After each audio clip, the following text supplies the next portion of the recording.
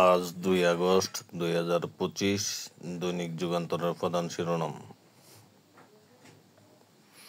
শাহবাগে কাল বড় সমাবেশের প্রস্তুতি ছাত্রদলের, গণ অভ্যুত্থান বর্ষপূর্তি। জুলাই ঘোষণাপত্র ঘোষিত হবে 5 আগস্টের মধ্যে, উপদেষ্টা মাহফুজ।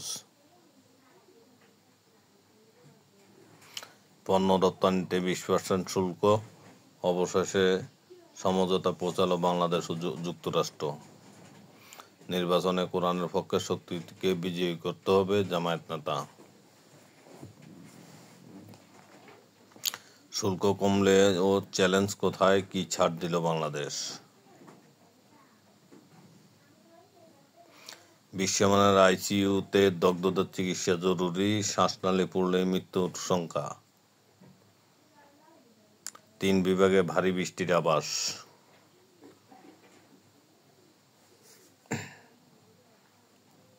আত্মহত্যার ঘটনাকে হত্যা নাটক সাজায় পিবিআই।